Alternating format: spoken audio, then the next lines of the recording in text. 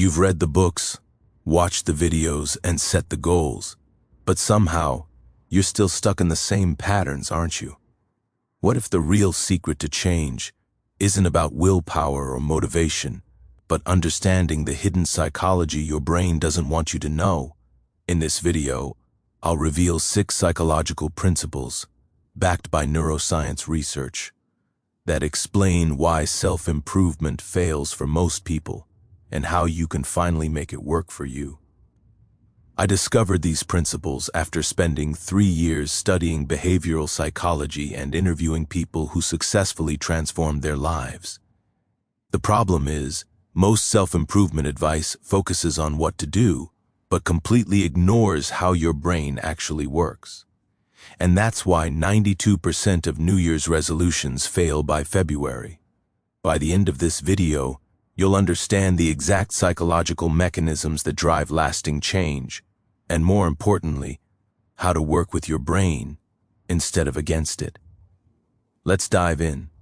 Now, here's where it gets interesting. Most people approach self-improvement completely backwards. The identity shift principle states that lasting change doesn't come from changing what you do, it comes from changing who you are. Instead of saying, "I want to run," successful people say, "I'm a runner." This subtle shift in language rewires how your brain perceives behavior. When an action aligns with your identity, it requires virtually no willpower to maintain.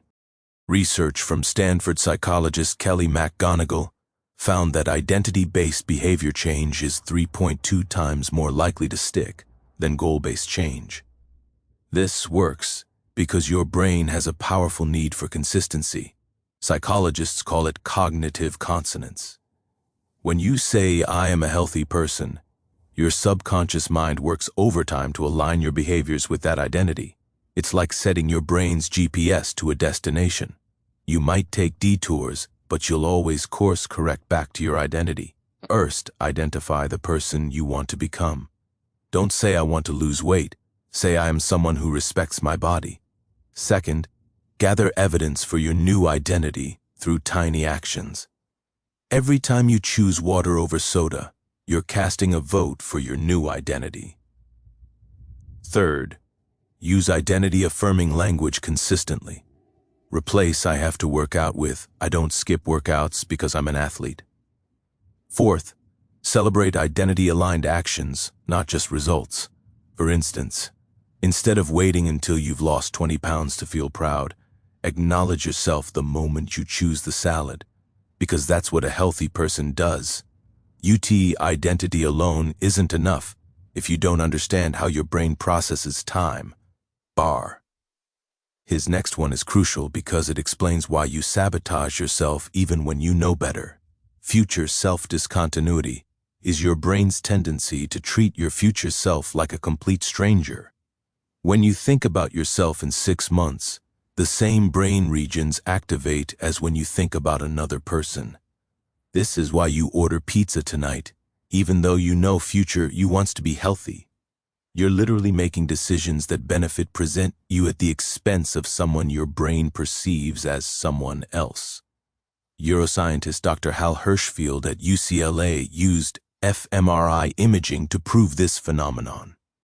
When participants viewed digitally aged photos of themselves, the brain regions responsible for self-reflection lit up, and those people saved 2.3 times more money for retirement.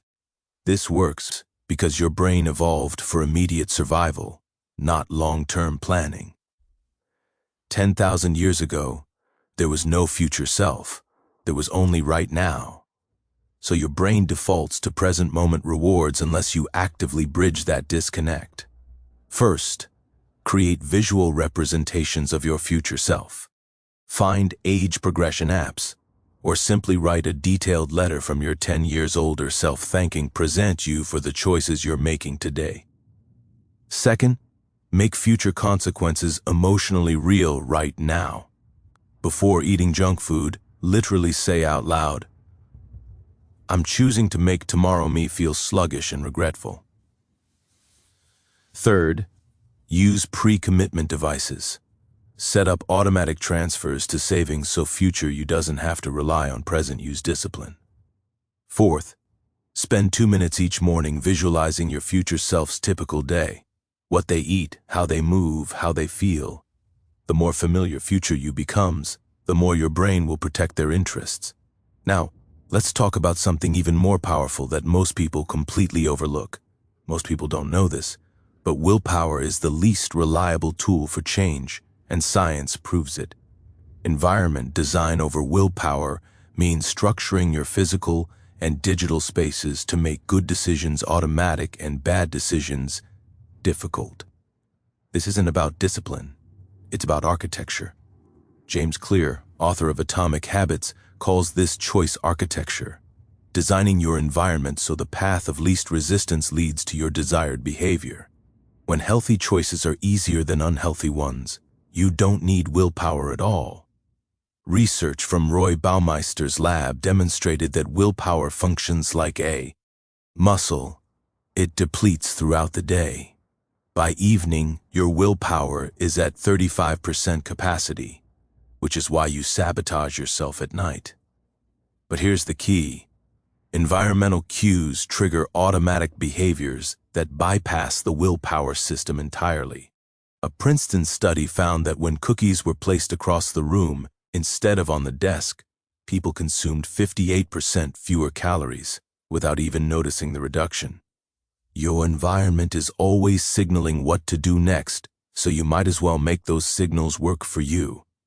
First, audit your environment for friction points. Where do you fail most often? If it's eating junk food, physically remove it from your home, don't just try harder. Second, use the 20-second rule. Make bad habits 20 seconds harder and good habits 20 seconds easier. Put your phone in another room at night. Lay out workout clothes the night before. Third, design your digital environment. Delete social media apps from your phone and only access them on desktop. Replace your browser's new tab page with your goal list. Fourth, create visual triggers for desired behaviors. Put a book on your pillow if you want to read before bed. Place running shoes by the door. For instance, instead of relying on motivation to go to the gym, sleep in your workout clothes and place your keys inside your gym bag. The decision is made before your willpower wakes up. But wait, there's more to this, because even with perfect environments, you need to understand how your brain creates habits. Now, you might be thinking, I know habits are important, but do you know why some habits stick instantly while others never form? Dopamine prediction error is the neuroscience behind habit formation, and it's completely misunderstood. Dopamine doesn't make you feel good during the reward. It spikes when the reward is better than expected. Your brain releases dopamine in the anticipation phase, not the consumption phase. This is why scrolling social media is addictive. You never know if the next post will be boring or amazing, so your brain floods with dopamine in the uncertainty. Dr. Wolfram Schultz's groundbreaking research at Cambridge revealed that dopamine neurons fire strongest when rewards are unpredictable. Once a reward becomes predictable, dopamine drops by 76%. This explains why your morning coffee doesn't excite you anymore. Your brain predicted it perfectly. But here's the genius. You can engineer unpredictable rewards into boring but beneficial habits, hijacking your brain's reward system to make self-improvement addictive. First, add variable rewards to consistent habits. If you meditate daily, occasionally reward yourself with something unexpected, a special tea, a new playlist, or just taking the session outdoors. The key is unpredictability. Second, use temptation bundling. Pair an unpleasant necessary task with an immediate pleasure. Only watch your favorite show while on the treadmill. Third, create mystery in your progress tracking. Use apps that occasionally give you surprise bonuses or achievements you didn't see coming. Fourth, reframe the anticipation. Before working out, spend 30 seconds imagining how you'll feel afterward. The energy, the pride, the clarity. Build anticipation for the post-workout state, not the workout itself. For instance, instead of dragging yourself to write, Create a pre-writing ritual with your favorite drink and music that becomes the dopamine trigger. Your brain will start craving the writing session. This brings me to the next secret that completely changed how I view failure. Here's something most self-improvement gurus won't tell you, and it's the reason most people quit right before their breakthrough. The plateau of latent potential, coined by James Clear, explains why change feels impossible until suddenly it doesn't. Imagine an ice cube sitting in a room. The temperature rises from 25 to 31 degrees. Nothing happens. Then it hits 32 degrees, and the ice melts instantly. All the previous degrees weren't wasted, they were necessary. Your efforts accumulate below the surface, invisible, until you cross a critical threshold. Most people quit at 31 degrees.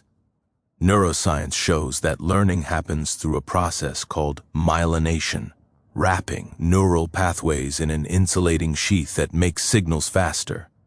But myelin builds gradually and invisibly. Studies from MIT's Dr. Anne Graybiel demonstrate that new habits require approximately 66 days of consistent repetition before the behavior becomes automatic. During the first 40 to 50 days, it feels like nothing is happening. Your brain is literally rewiring, but the work is underground. The people who succeed are simply the ones who keep watering the garden even when they can see anything growing yet. First, shift your metric from results to repetitions. Instead of "did I lose weight this week?" ask "did I show up for my workout?" The showing up is the success. Second, create a valleys map where you predict in advance when motivation will drop. Mark days 7, 14, 21, and 40 as expected low points so you're not surprised when they arrive. Third, collect evidence of invisible progress. Take weekly photos, journal about energy levels, track mood. These reveal changes that the scale won't. Fourth, use the never miss twice rule. Missing once is an accident. Missing twice is the start of a new pattern.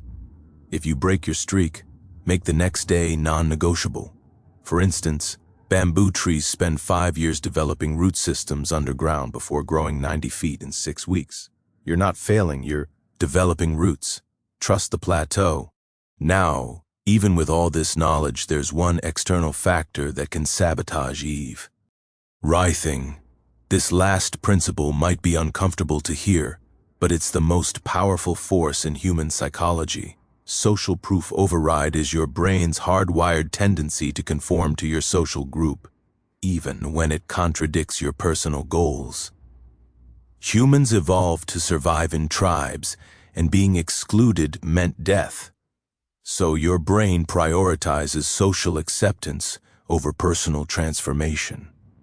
When your friends order dessert, your brain screams conform or be cast out, making your diet goals suddenly feel meaningless. This isn't weakness, it's prehistoric survival programming. Dr. Matthew Lieberman's research at UCLA found that social rejection activates the same brain regions as physical pain. Your brain literally treats social exclusion like a physical threat. Furthermore, Nicholas Christakis' 32-year Framingham Heart study proved that obesity, happiness, and even loneliness spread through social networks like contagions.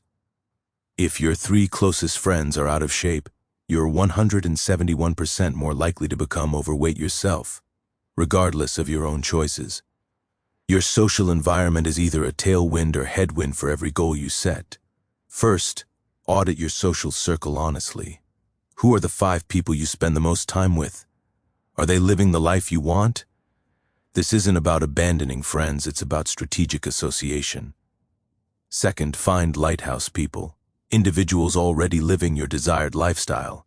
Join communities, forums, or local groups where your goal is the norm, not the exception. Third, use preemptive social scripts.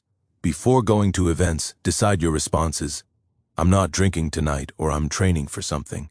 Having a prepared identity statement prevents in-the-moment social pressure from hijacking your goals. Fourth, create accountability partnerships with people pursuing similar transformations. shared struggle creates bonds wronger than shared comfort. For instance, instead of announcing your goals to skeptical friends who might unconsciously sabotage you, quietly join a running club or online fitness community where your new behavior is celebrated, not questioned. Remember, you can love your current friends while also strategically spending time with people who elevate you. Let's quickly review what we covered today, because these 6 principles are the psychological foundation for any lasting change. Number 1, the identity shift principle. Change who you are, not what you do. Number 2, future self-discontinuity. Bridge the gap between present you and future you. Number 3, environment design over willpower. Make the right choice the easy choice. Number 4, dopamine prediction error. Engineer unpredictable rewards into good habits. Number 5, the plateau of latent potential. Trust the process during the invisible growth phase. Number 6, social proof override. Strategically choose your social environment. Remember, self-improvement isn't about motivation or discipline. It's about understanding the psychology of how humans actually change. You have everything you need to transform your life. The difference between someone stuck in the same patterns and someone who successfully changes isn't willpower or talent. It's simply understanding how your brain works and using these principles to work with your biology instead of against it. Don't wait until January 1st, or when things calm down, or when you feel more motivated. Those are just your brain's resistance tactics. Start with just one principle from this video today. Choose the identity you want to embody, or audit your environment for one quick win.